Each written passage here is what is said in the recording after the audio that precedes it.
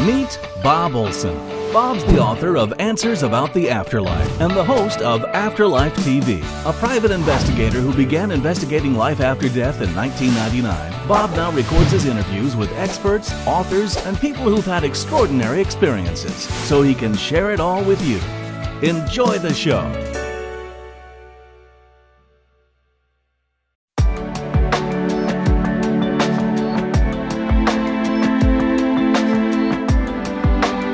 Welcome to Talking to Spirit with your host, James Van Praagh. Hello, everyone, and welcome again to Talking to Spirit, and thank you for sharing the space once again with me. Today, we have a very, very special show for you. I brought to you a man who's done a lot of work in life after death investigation, and he's one of the best in the field that I've ever met, I got to tell you. And I'm going to get right to it because Bob Olson is just came out with a new book called Answers About the Afterlife. And I read the book, and I did a blurb for the book, and it's probably the best, most in-depth book of any questions people have about life after death. So, Bob, are you with us? I am, James. Thank you. I'm excited about being here. Thank you. Thanks for being with us, Bob. And for people who don't know you, Bob, they should know you, Bob Olson. Bob Olson, you have several different websites, bestpsychicmediums.com, where you actually test mediums and psychics to be on that site, correct? That's correct. And you have to be there. Yeah, and then after many years of you finally finding me and testing me, I got on there. Thank you, God. And then afterlifetv.com. And Bob, and you just came out with a wonderful book, Answers About the Afterlife, which I've been waiting for years. Great, great book. And I just wanted to share it with all the listeners here. Tell us a little bit about your background, Bob. Where did you come from as far as your, how did you get interested in this? And tell us the beginnings. You know, I was working as a private investigator. I had been a private investigator for years, and what happened was in 1997, my father died, and I was in my mid-30s. He died fairly young. He was 64, and this, even though I had experienced loved ones who had passed before that, for some reason, his passing made me question really what happens when we die. And had you ever had any interest in this before your dad passed away? Ever questioned it, or were you a skeptic or a believer, or where did you stand on it? You know, I didn't have any interest. I would think I was definitely a skeptic about all sorts of things that relate to, you know, what I've investigated now. I really, but it wasn't so much. I wasn't like one of those closed-minded skeptics. I had never seen any evidence to believe, and so I didn't believe, and and I'm still kind of that way until I experience something myself or see enough evidence to that's compelling enough for me to believe in it. I don't, and then I just don't believe in anything at all. So, you know, that's sort of. And after your dad passed away, did he come to you in a sign, or did you have any? What was your first connection with him? Well, you know, honestly, the first thing that happened that made me really wonder was while he was passing. Me and my wife Melissa and my sister and my mother were holding his hand as he was taking his last breaths. And, of course, he was unconscious at the time. But he was definitely, you could hear all the monitors in the hospital, all the beeping was getting slower and slower and slower, and we could tell he was about to go. As this was happening, my mother sort of started sobbing, uncontrollably. And when she did, all the beeping started to rise again, as if he was coming back into his body, trying to hang on. And she recognized this, and she stopped herself, and she got control of herself. But then again, it happened.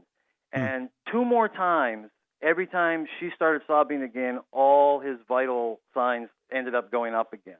And that was my first clue, like, hey, something's going on here. That I'm not aware of, and that's really what made me curious about it. And then after he actually passed, did you go seek a medium out, or did your dad come to you in some kind of signs? And how did that develop? He came to me in a sign. The first thing, it was two main things that happened to me. The first thing was both myself and other family members started to smell the aroma of lilacs. And my father wasn't a big flower guy, but if there was one flower he liked, it was lilacs. And so we had planted lilacs near his grave, and so it was very prominent in our minds. And And all of a sudden, windows closed, no lilac bushes around. We would smell the strong scent of lilacs. Or while I was driving down the road, the same thing would happen. And none of it had made any sense. And so we assumed, again, not having any experience in this field, but still assumed, that must be Dad saying hello. And I would acknowledge him. And then the only other thing that happened one time was, and this was soon after his passing, was my radio went nuts. And this is back in the late 90s. I had one of those old radios where you would turn the knob and the dial, the needle would go across, Right. and the needle started moving and I wasn't moving it, and it was going from station to station, and I grabbed the knob to stop it, and I tried turning it. The knob had no effect, and it was just going from station to station to station. Wow. And I finally acknowledged, I thought of my father for whatever reason. I thought, oh my goodness. And as soon as I said, oh, that's you, Dad, it stopped. And so it's a way of coming through to you. Again. Way of coming through to you, yeah. Yeah, and so that's, it was those kinds of things that really got me wondering. And so what I decided to do, because I had been working as a private investigator for years, I decided to use my skills as a private eye to start investigating the afterlife and see if there was more to it. Wow. Wow, that's great. And how did you go about that? I mean, how do you go about being a private eye and a detective and very kind of left brain, analytical, critical thinking to this world of the right brain, receiving sensitivity, dead things? How do you get into that world? And what did your cohorts, what did your coworkers think of that? And your wife, Melissa, think of that? Oh, well, Melissa was always very open to all of this stuff. So, where I was the skeptic, she was sort of the believer, if you might call it. Like, she never questioned any of it. And, of course, we had different upbringings, but and that was probably why. But and other people, I just didn't really tell too many people about what I was doing. I sort of kept it to myself. Because in those days, you really couldn't do that. I mean, those days, like when I was first coming out in this world, it's like no one really was around that you could talk to about life after death and communication and so forth. That's right. And even the main books that we think of as sort of those foundation books, like You're Talking to Heaven, just wasn't even out yet. And so I didn't know what I was doing, and so I started going to psychics and tarot readers and astrologers. Nobody that I knew what a medium was yet, and most people didn't. And so for 2 years, I was going, searching, and I found, from my perspective, I found absolutely no evidence for 2 years. Until I finally, someone suggested a medium, and I said, what's a medium? And they told me. And then once I had a reading with a medium, I was able to gather evidence, evidential messages that the medium, who was a stranger to me, could not possibly know. And so it was from that point on, which was 1999, that I finally said, now I know which direction to go. It's amazing. And the book is an incredible book, Answers About the Afterlife, Bob Olson. And it's really your journey and all the questions that you asked. And, I've been doing this work now 30 years. And all of the points that you make in this book, the questions that you ask in this book, every single person asks the exact same questions. What determines how and when we die? When does the spirit leave the body? How do we know when they're around us? The signs that they give. I mean, it's a pretty thorough book, I got to tell you. And I know it took you many years to write this book, yeah? It did. I mean, first of all, I thought about it for years, but it took me 3.5 years to write it. But what was interesting is in the early years, like early 2000, 2001, 2002, I actually had time in my life where people could email me a question, because I would write about my experiences and I'd put them online, and people would find out about me and they'd write questions to me, and I would actually spend, an hour answering their question, and I would email it back to them, and then my answer then spawned like 2 or 3 more questions. Yeah. And so now they're emailing me back with new questions, and this is the way it would go. And so this would happen whether I was talking to people in conversation or what. It's like I give them an answer, and there was more questions that would follow because of my answer. And so after 15 years of this, I was able to write this book because I knew that every time I answered one question, I knew what the next questions would be in my head. So I always included those. It's so thorough. It really is. I mean, like I said, it's the most thorough book I've read on this. And it's like an encyclopedia of the afterlife, what happens. And a question I have for you, and everybody should definitely please read this book to educate yourself because it's really well done. A question I have, when did you start researching mediums and using mediums. I know you have the websites you have, which are really incredible research, incredible websites, Afterlife TV, Best Psychic Directory, Best Psychic Mediums. It's all on the internet. And you have a list of how many mediums would you say on your one page there, best or psychic mediums, I should say. On bestpsychicmediums.com, I created that actually in 2002.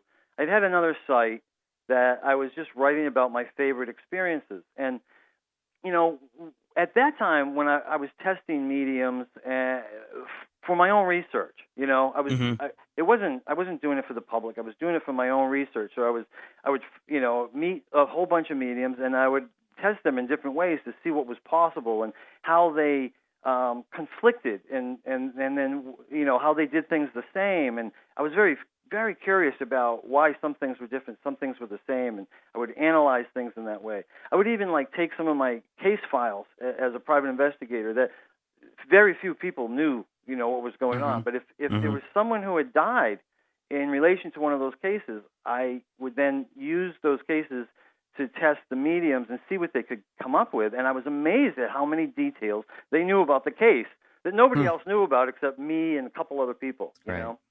Wow, and that's great. So this is sort of how it started. By 2002, which was just a couple of years into it, I had tested a lot of mediums, and I was just writing about my favorite experiences and the best readings I was getting, and I knew there needed to be a place for it, and so that's how Best Psychic Mediums got started, And when you're, I'm going to say testing, because you do test them, what is the criteria that you look for a medium that you would say, okay, this person is legitimate, this person really knows their stuff, and what do you look for when you're testing a medium for your site? It's really an important question. Yeah, it is an important question, and it's interesting because obviously it's changed over the years. Because when I first started, I was a beginner, like anybody else, and I didn't know. But once you start getting a lot of readings from a lot of different mediums, now it's one of those things you can see, and you can see the difference. You can see who's good and who's not so good. And one of the things I recognize is there's some people who have a real great natural ability, but that doesn't necessarily mean they're going to give you great readings, but they certainly have a leg up on some of the other people. And then there are people who maybe don't have as great a natural ability, but they have been trained really well. And they've been trained by real credible teachers, other mediums who are teachers, and that training sometimes would make them better than the people who had the natural abilities without any training. And then the third thing that I noticed was people who had a lot of experience. The experience really added to how good the reading was going to be as well. And then if you found somebody with all those things, great natural ability, a lot of experience, and good training, wow, you could really found a powerful reading, So when I was testing people, mainly I was looking for evidence, and I was looking to see how much evidence would come through. And I love, and this is just typical evidential mediumship, but when the medium starts giving you that kind of evidence, which is, they identify the person, even if it's just a first name, you usually know who it is. Sometimes you'll get both, but, and they give you dates around that person. So that, something happened in April. If they were born in April, you go, okay, now I think I know who that is. And then they tell you maybe what the person looked like, what their personality was like, how they died, and maybe what their career was while living. And they start telling you all these things, and you go, okay, now I know who this is. And then later in the reading, if they start to give you some more non-evidential messages like, I love you, and I'm proud of you, and I'm watching over you, and those types of messages, that's okay because they've already identified that person. Right, that's the message. Yeah, which is great. But it has to be that part of it. So I'm sorry, go ahead. No, I just said that has to be part of the message, is to bring the upliftment of the person as well, of course. Exactly. So I was looking for the people who give me the most compelling messages at the beginning. A lot of people count the hits and misses, right? This is a hit, this is a miss, and so many people focused on the misses, and they say, well, there was a lot of misses, so they can't be real. And I didn't focus on the misses. I focused on the hits, and I focused on the hits that had the most compelling evidence. And if these were things that came from a stranger who knew nothing about me or my loved one, then how else did they get that information, right? Right. I have a quick question for you. What's the difference when you're testing these people? Let's say, what's the difference between a psychic and a medium? Because many people blur the lines. And I know nowadays out there, it gets me a little upset because there were two very distinct differences. But what do you think as far as, and what do you think people calling psychic mediums? What's your take on all that? Because they're two just different things, of course. Yeah. I mean, first of all, a lot of people say psychic medium, and so I, in my book, Answers About the Afterlife, I still call it psychic medium, but I keep reminding everybody. But nowadays, people are just calling them a medium. You know what I mean? Right. But eventually, that's just going to phase out, and you're either going to call them a medium or a psychic. Well, because it's so very distinctively different. I mean, the psychic energy, you're dealing with the energy and kind of on a lower level in that, events, you can see the past, present, future, reading energy. But with a medium, you really are tapping into frequencies which are beyond the human's band. And that's really the difference, isn't it? The mediumship, the connection with spirit. It is. And to me, you go to a psychic for information. To me, the way I think a psychic works best is that they can confirm information that we already know is true at our gut level, right? Our own intuition is telling us. They get to confirm that for us, which helps us to trust our own intuition, to trust our own inner wisdom. With a medium, they're communicating with spirit, and so a lot of us don't have that ability. We're all intuitive, but a lot of us haven't found a way to communicate with people in spirit, and that of course helps the people who are grieving and helps us learn about life after death in a way that is so profound and so sacred that I haven't really found any other way that does it the way a medium can do it during a reading. Yeah, no, I agree. Of course, of course. And you find writing this book that you wrote that this was obviously your journey, and that did you find after you wrote this book that everything was solved for you? This was your journey. You answered the questions you wanted to, but are there more? Is there some more questions you want to answer now that you've written this book and it's pretty thorough? Anything left unsaid, do you think? I feel like, when I was writing the book, I thought, I'm going to write this, and people can just pick the question they want, and then they can read that. And then I realized as I was writing it, oh, my God, there's a chronology to these, and people would be best to start from the beginning and read it all the way through, because you learn on levels, So when you get to the end, and I'm talking about, what happens to people who have taken their own life, if you don't understand the foundation of the earlier stuff, then that answer will be a little bit more difficult for you. And but for me personally, that's the way it kind of worked. Yeah, I learned the very basic stuff at the beginning, and then over the years, I would learn something new. My investigation went from mediums into other experiences. So I would have a past life regression, and I would near-death experiences you write about really well as well. Well, past lives, reincarnation you write about in the book. And it's so thorough, this book. Well, I've interviewed so many people. I've had so many experiences, like past life regressions, like life between lives regressions. I've tried meditation. I've tried, spirit writing or inspired writing. I've tried to experience anything that I could, and things that I can't, like a near-death experience, I would then interview those people, including people who have had dream visitations or deathbed visions or shared death experiences. All these things are in there because if I couldn't experience it myself, I would talk to not just one, but lots of people who have had those experiences. And then I would give my conclusions based on, all those interviews that I did, not just one person's experience. And you cover so many. How many questions would you say are in this book? Because the way you format the book, it's all questions that they're pretty general questions people ask me all the time. What's the difference between suicide and murder? What happens after a suicide? If I'm married to somebody, do I meet them in the afterlife, even though I've married somebody else in the physical world? You've answered so many. How many questions do you think did you answer in this book? Well, there's 150 actual questions, Wow. And then what I realized was, there are questions within the questions, and or I should say there's questions that are answered within the questions. So certainly, it's a little bit exponential in that way, but there's 150 actual questions that are asked and then that I answer. And very well. And let me ask you, is there a favorite part of the book for you?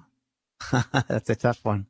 I know it's your baby. The second half of the book is my favorite because it starts to get into the more in-depth stuff. So when I when I start talking about suicide and murder and stuff like that, if you can understand my answers to those questions, and I hope you can, because I spent so much time trying to articulate them. No, you did a great job for Well, really anybody, and not just. And the thing what I love about it comes from a detective background, so there's an investigative type of background here. But it's not written by somebody who's in this work, who's a medium or a psychic or a healer. It's written by somebody kind of from the outside looking in, with the background that you have. So you've crossed your T's and dotted your I's. And like I said, it's probably one of the best books I've ever read on life after death and spirit communication and soul journeys and conditions of life. And yeah, it's pretty good, I must say. I think it's going to be a part 2, Bob. What's that? I have a feeling there's going to be a part 2 here. There should be. Probably will. Yeah, that's right. Yeah. There should be. Yeah. So it's a really great book. Everybody's called Answers About the Afterlife, Bob Olson. You can get it on Amazon, right, Bud? It's on Amazon right now. That's right, Amazon. It's on Barnes & Noble, but on Amazon you get the paperback or the Kindle. So a lot of people like the Kindle version. And I would just love the callers. We have callers in the second segment. We'll talk to callers who might have some questions about the afterlife. How is that? Would you be willing to take some questions, Bob? And we can take it from your point of view and my point of view and answer them? Oh, I would love to. Yeah. And if anybody's looking for the website, I'm sorry I didn't mention it. So you just use my name, BobOlson.com. Yeah, Bob Olson. BOBOLSON.com. Bob Olson. But I'd love to talk to people. That would be great. Yeah, and just see your perspective. There's a lot of people calling in about suicide, reincarnation, and that'd be great. What was the hardest part about writing this book?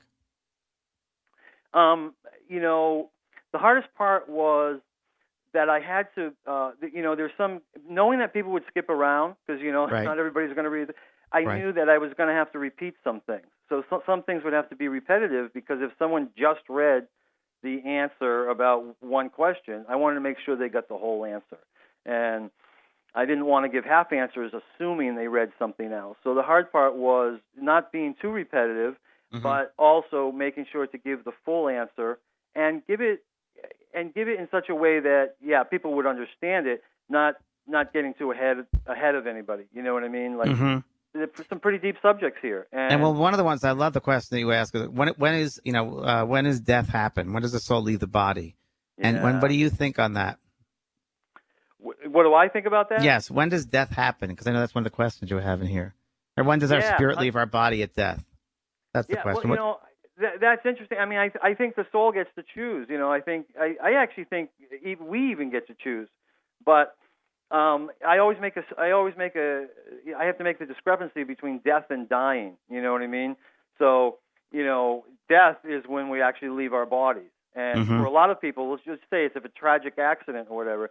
So many, and I've heard this from people in spirit who communicated through mediums, or people who have had near-death experiences, even people who have had past lives and learned information about their death from there, that a lot of times we'll just leave our body long before the accident, before the plane crash, before the car crash, that sort of thing. Do you think things are predestined, or do you think free will gets involved, or are there such things? I think I talk a lot in the book about potentials. So I think there's certain things that are predestined. We know who our parents are going to be, probably know what our DNA is going to be like, what we'll look like, that sort of a thing. And then there are potentials where we're born with a certain potential, and it's our free will then that gets to choose which side of that potential is going to go. Like for me, I went through a period in my life where I had a deep depression, and I had suicidal ideation, they call it, deep thoughts, strong thoughts of taking my own life. And so I was born with the potential for suicide. Now, there's lots of people who would never consider that in their life, right? Never. It would never enter their mind. And I was the kind of person who had thoughts, a lot of thoughts over my life about taking my own life. So I was born with that potential. So we're born with a lot of potentials, and it's that our free will gets to choose which side of that potential we'll land on. And those potentials, would you say, come from past life experiences as well? I do. I think it's something that the soul wants to experience. And, so I think, we come into this lifetime, and it's like, the soul wants to experience either side of that. So like, so my soul wants to experience having those thoughts of taking my life and maybe not choosing it and living my life through. Or if I took my own life, I think from a soul perspective, even though there's great compassion there, my soul would be okay with that, because that would be an experience maybe it's never experienced before. Mm-hmm. And it's all about You know? experience here. Mm-hmm. Or maybe it has, and it wants me to do it differently this time. There's just so many possibilities. Right. And we come back with a lot of possibilities to act on, to live on. Very, very true. Yeah. So, everyone, if you're callers, would you like to ask Bob a question about the afterlife? We're not going to be doing readings, but we're definitely going to talk to Bob more about the afterlife when we come back. So just call on in, and we will answer your question. We'll get through as many phone calls as we can. So we'll be right back. Stay for part 2.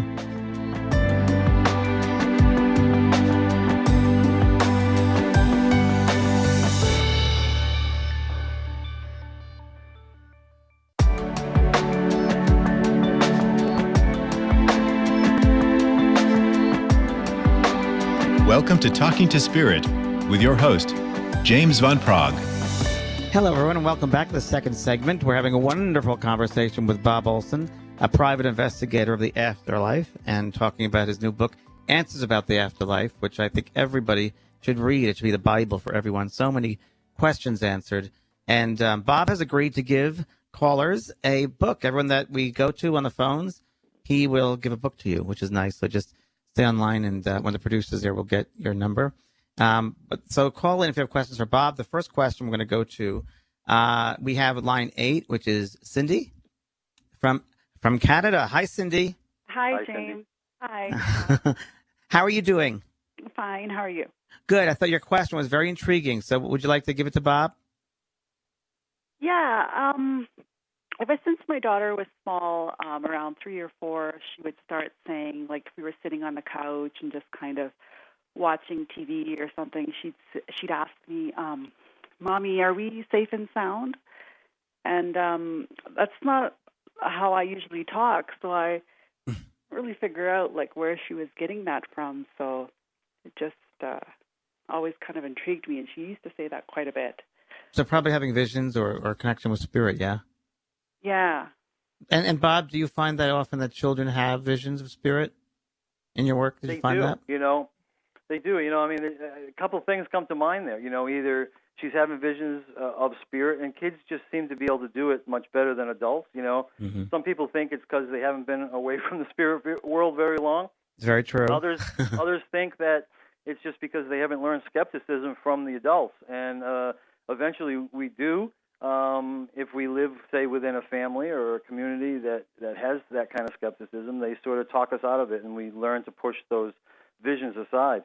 The other possibility is that she had a lifetime where something happened, where she wasn't safe, and something happened, and she's having past memories of that past life. She's having memories of that past life, and that's very common as well. So, That is. Again, usually these things always tend to go away over time, but it's great.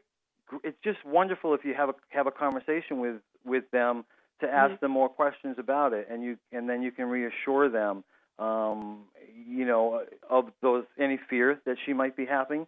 But I would look at it both sides. Is she seeing people in spirit that maybe is making her feel a little uneasy, or is it maybe a past life memory and something bad happened to her in a past life that she's still remembering? Does that make sense? Yeah. Another thing I just want to bring up is with all the reality TV shows, I wish somebody would come up with a show that about past life regression and actually doing like regressions on TV. It would be great. Is there one, Bob? Actually, right now, yeah, there's one right now. What's it called? I know what you're going to say. It's the one about the children, right?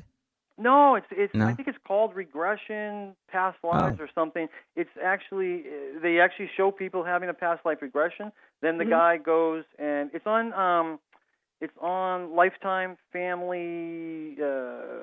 It's on Lifetime. Okay. Just Google Regression TV, you'll find, I'm sure. Yeah, and so he gives a regression, and then he researches the information he got, and then they get back together, and he shows them like birth certificates or pictures or maps or whatever in relation to what they got. It's a good show. Well, thanks, Cindy. We're going to give you a book, so hang on the line, okay? Okay, thank you so much. All right. Hey, Bob, I'm just going to open your book to any page and see what question you have here. Okay. Oh, this is a very interesting one. All right. You have here, what happens to soldiers who kill others in war? Oh, yeah. I mean, that's an amazing. It's an amazing question. I actually was almost done with the book, and I got this question in by email from somebody, and I thought, I didn't answer that one, so I added that to the book. being a soldier is a very unique experience. And again, to me, it's all about, our souls choose to have a lifetime as a human in physical body for a reason. And, we're here to experience many different experiences. Well, having an experience as a soldier is a unique experience that you can't have really in any other way, and you certainly can't have that in the spirit world. So, to me, there's a lot of reasons why soldiers kill, and some are being ordered to be killed. Some kill out of fear of being killed by the other person. Some, unfortunately, kill innocent people, we'll say, because they're overwhelmed and stressed out, and they're not thinking rationally because of the pressures of war. There's lots of different reasons. But to me, I kind of associate this experience with the experience that someone might have if they accidentally killed somebody by accident. We'll say, I had a nephew who died when he was 5 years old, and he was hit by a car. And, and the reason is there's not as much culpability as if someone, thought about murdering someone because they wanted to steal their money and then went and killed that person. It's just a different experience when you're doing it in wartime. So I think what happens is the person who passes, who was that soldier who killed someone in war, is going to see it from that perspective, and they're going to recognize that there were reasons that they did it, and they came into this lifetime knowing that they probably would end up in this situation. A lot of people who were soldiers, they had fathers and grandfathers or other relatives who were in war, and that's all happens for a reason, to sort of lead us in a direction. But I think what happens with those soldiers is that they can be much more forgiving, and that's part of the experience is learning to forgive themselves for any lives that they took. But it's most people always get there, and of course they have spirits around them who are helping them to get there. Well, I've had a lot of spirit come through who were soldiers that come through to me, and I've had different experiences.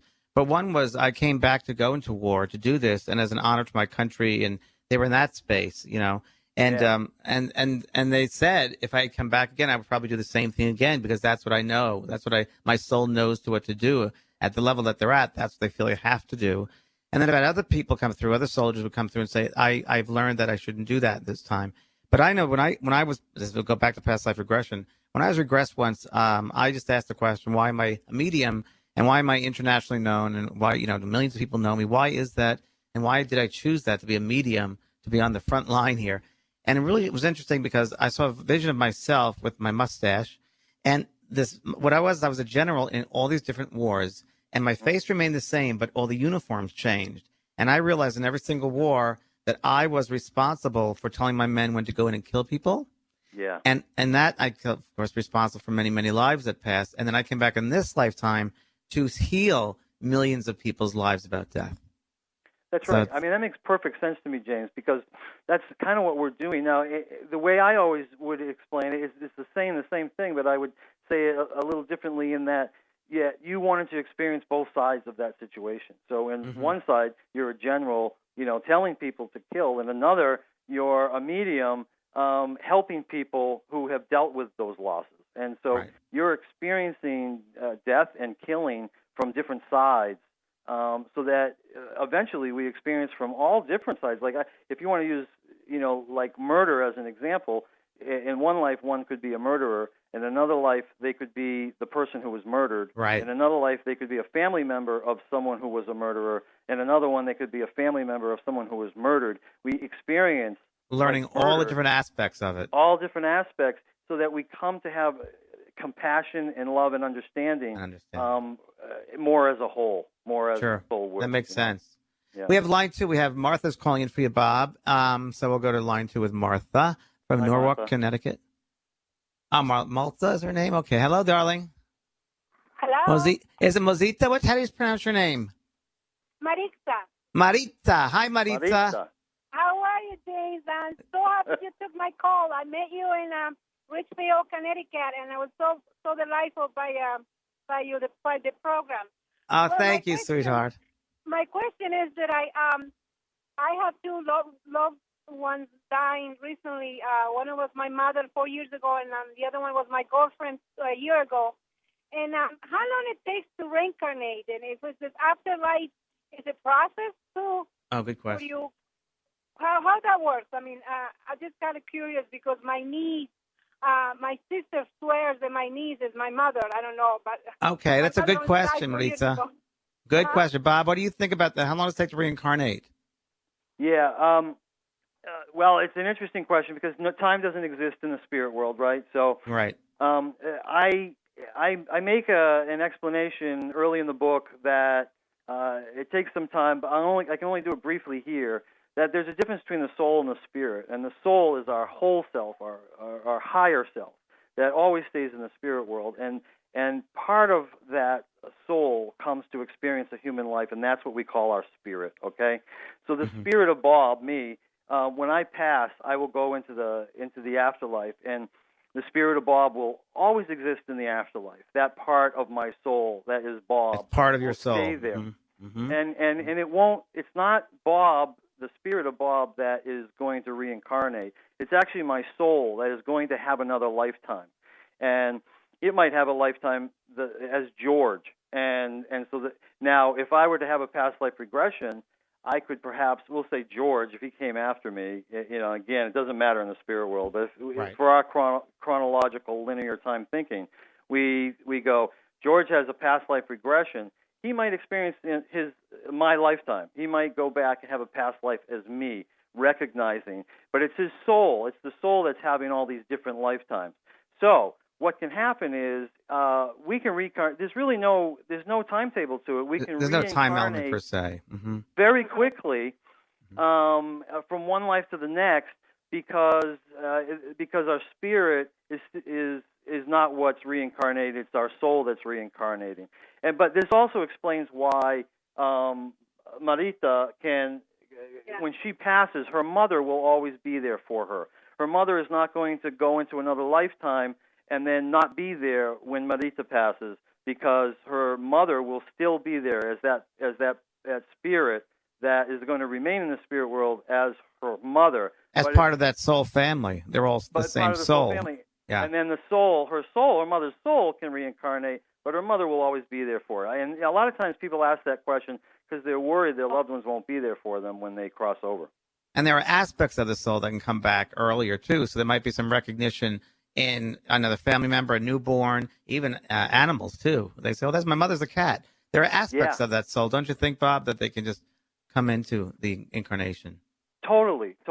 And the great thing, if we understand everything's happening at the same time, now that's a weird thing to think as human beings, but they say everything's happening at the same time. So it really, this sort of timetable thing doesn't really matter to the soul because it's all happening at the same time. So, Maritza, I hope that answers your question. We have a lot more calls. Stay on the line, Maritza, okay, sweetheart? We'll give you a book. I love it. Thank you so much. Love you, Thanks, honey. Maritza. See you soon. Okay, we have line 8, and we have, I think it's Elite. Oh, wow, from Arizona. Hello there. Hi. Hi, how do you pronounce your name? It's Elite. Let me just quickly say I know you want to answer my question, but thank you to both of you guys for all the work that you do. Oh, thanks, Elite. Thank you. Thanks, Elite. Thanks so much. So my question was, I'm going to try to simplify it. Here in the physical world, let's say we're here and there are a number from 1 to 10 elevation. Okay, I'm really simplifying it, obviously. Right. And when we die, let's say we got to number 3. When we die, are we at number 3? And is there an opportunity to continue to learn?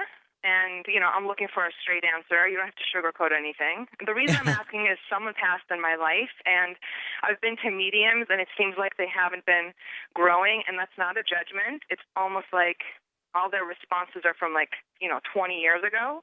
Okay, good question. Very good question. Let's see what Bob says. Yeah, I mean, it's interesting because a lot of people talk about these levels in the spirit world. In one question by saying, yes, in the spirit world we continue to grow, and kind of a funny question. I mean, I think Elite will laugh at it too, because it's kind of like saying, do we grow spiritually in the spirit world? Is like saying, do we grow physically when we go to the gym? You know what I mean? So it's like, yeah, that's where we grow, even more here, because we have eternal lives, or our lives are eternal in the spirit world. But We come and have a human lifetime because it's that sort of, no pain, no gain. We grow very quickly as spiritually when we have a human lifetime, and I think that's why grow souls quicker here. keep doing it.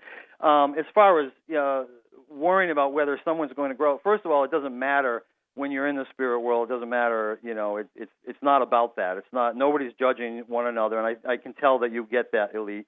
Nobody's judging one another as to what level or where they're at in their spiritual growth. But yeah, no matter what, we always will grow. Bob? What's that? Personally, it's a pleasure to be in this physical world and grow, and so I'm just wondering if that happens in the spirit world as well. It does, yeah, it does.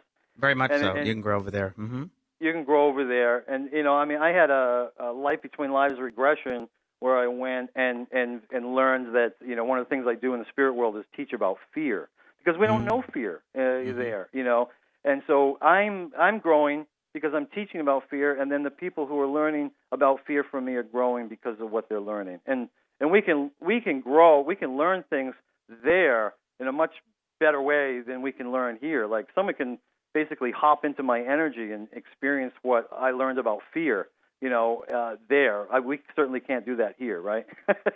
Yeah. Right. Wish we could. Thank right, you, Lee. that would be neat. Well, thank you, sweetheart. Appreciate the call. It's a great call, Lee.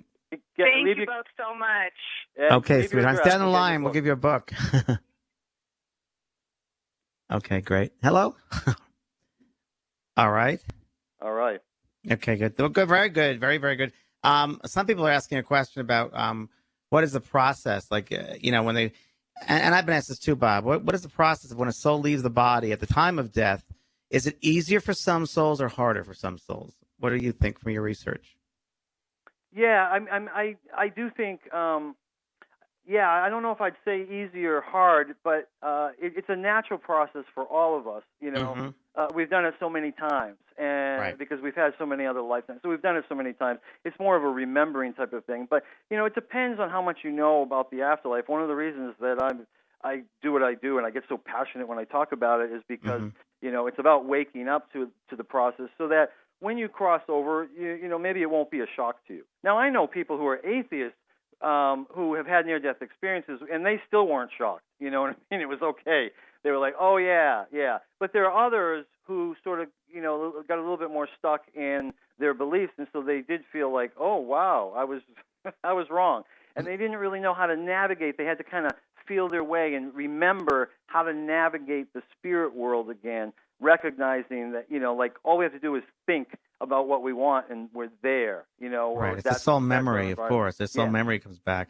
And you find a lot of people, you find a lot of people when they pass to the other side, they live the mental images or belief systems that they have as far as religions or what they think that will greet them when they pass over, or is everything completely free of that?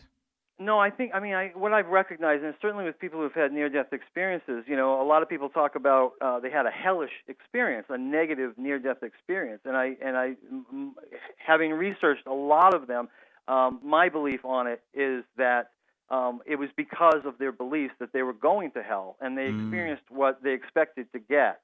Now that would have changed. That would have changed with time. The moment they changed their frame of mind, or even if they called out for help. Calling out for help is like thinking of another alternative, right? It's acknowledging. It's acknowledging. If I call for help, there might be help. As soon as you change your mind in that way, that's a new belief, and that changes your surroundings. So over time, nobody is ever stuck in that place.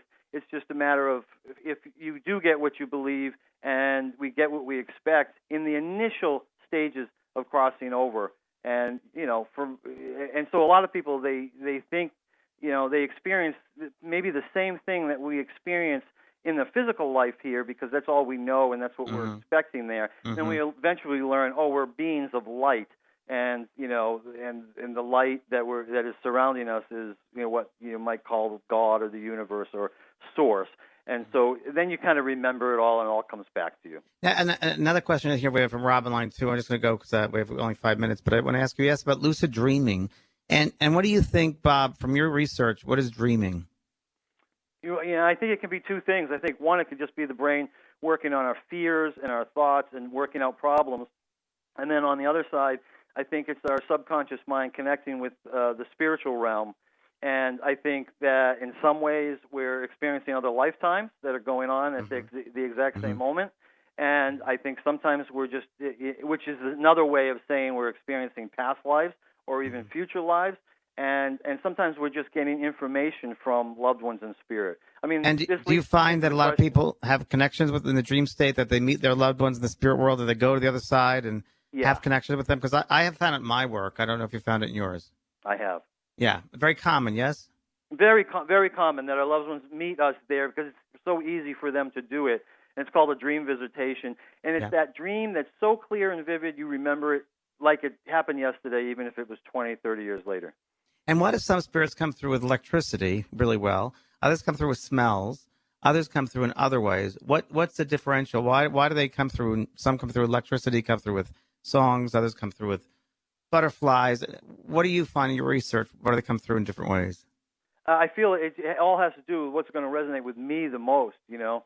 I can't remember my dreams at all. Like, I'm not a big dreamer, and maybe it's because of the way I sleep. Maybe I don't sleep very well. No, I'm just saying, like, just generally speaking, like when the spirits come through with signs for somebody, like let's say, like your father had the radio thing went crazy, and some people have flashing lights, and some of their computers go crazy. And that's one spirit or two spirits doing that, but then another spirit won't be able to do that, but they're able to come through with smells or, you know, perfume smells, tobacco smells. Oh, definitely. Yeah. What's the distinction between them? Why do some come through with electricity and others come through with smells? Well, I think just like all of us, you know, we have certain skills that when we're here on the physical plane, we're in the spiritual plane, we have certain abilities, you know, that are better than others. And so some might be able to do that. But regardless, it also might have to do with who you're trying to communicate with. So the smell, or in my case, the radio, might wake me up, whereas, you know, some other sign that my father might have sent me, I just didn't even notice it. So I think it can be a combination of their skills and what might attract our attention. Very good. Very good. You answered that perfectly, Bob. I agree with that 100%. Thank you, James. Great. I love that. That's great. That's great. What's in the next lineup for you, for your future? What do you want to do next? And I know you have all these websites, and you're really bringing a lot of light to the planet and introducing people to mediumship and life after death. What's your next plan? You know, in this lifetime. I want to do a lot more Afterlife TV shows. You know, they can find that on afterlifetv.com. Yeah, they're fabulous. They're wonderful. I want to do more of that. I'm finding that my investigation continues because there's always something new. So I don't get bored at all. There's always something new. I just heard the other day about a new way that people are getting in contact with their loved ones in spirit through a process sort of related to EMDR. And it's a little EMDR tweaked a little bit. Oh, my goodness. I can't wait to interview the person who sort of stumbled upon it. And what is EMDR, Bob? What is EMDR? EMDR is where you think of, they work with people who have PTSD, for instance, any kind of trauma. And you think of that while someone is almost waving their finger or waving a stick so that your eyes are going back and forth very rapidly. And it mimics in the brain REM sleep. And some people, the trauma, that shuts that part of the brain down so that they're not able to work through trauma that has occurred in their brain. And this helps them to light that part of the brain back up and work through that trauma. And what's happened is there's a guy named Dr. Botkin who he recognized that just at the end, if he did a couple extras of these things at the end, these rapid eye movement things, the people closed their eyes and all of a sudden loved ones would appear from the spirit world. I've heard about this. I've just heard about it like 2 weeks ago. Yes. Isn't it fascinating? So it's fascinating. Another new way in. Yep. So I'm never going to stop doing what I'm doing. Well, Bob, thank you very much for joining us today. Answers About the Afterlife is the book. Bob Olson and BobOlson.com. If you want to go check out more Bob, you should. Bob is an incredible teacher, investigator, and comes from integrity and really knows his stuff. So, Bob, thank you. Anything else you want to let people know? No, just it was so. I'm so honored to be here, and it was so enjoyable to be with you. And I'm happy to call you a friend, James. And just thank you, Bob. Thanks so much. Oh, you're very welcome. So, everyone, please go to Amazon if you want to get Bob's book, and we'll bring the numbers. I'll get those numbers going. And I just want everyone to know I'm going to be at the I Can Do It conference in Vancouver, and that's next weekend. Looking forward to seeing everybody there who can make it there. And I'm doing a cruise to Alaska, and with Mavis Batilla. She's a lady that was in Harry Potter. Maggie Smith played her in Harry Potter. So we're going to be doing readings on that cruise also, if you're interested. So please go to my website, www.vanpraagh.com. And until then, may the love and light of the spirit world surround you always. Thank you, everyone. That's all for another fantastic Afterlife TV episode. Bob couldn't be happier. If you enjoyed this episode as much as Bob, please leave a comment on AfterlifeTV.com, Facebook, Twitter, or YouTube. And don't forget to check out Bob's book, Answers About the Afterlife. Thanks for watching Afterlife TV.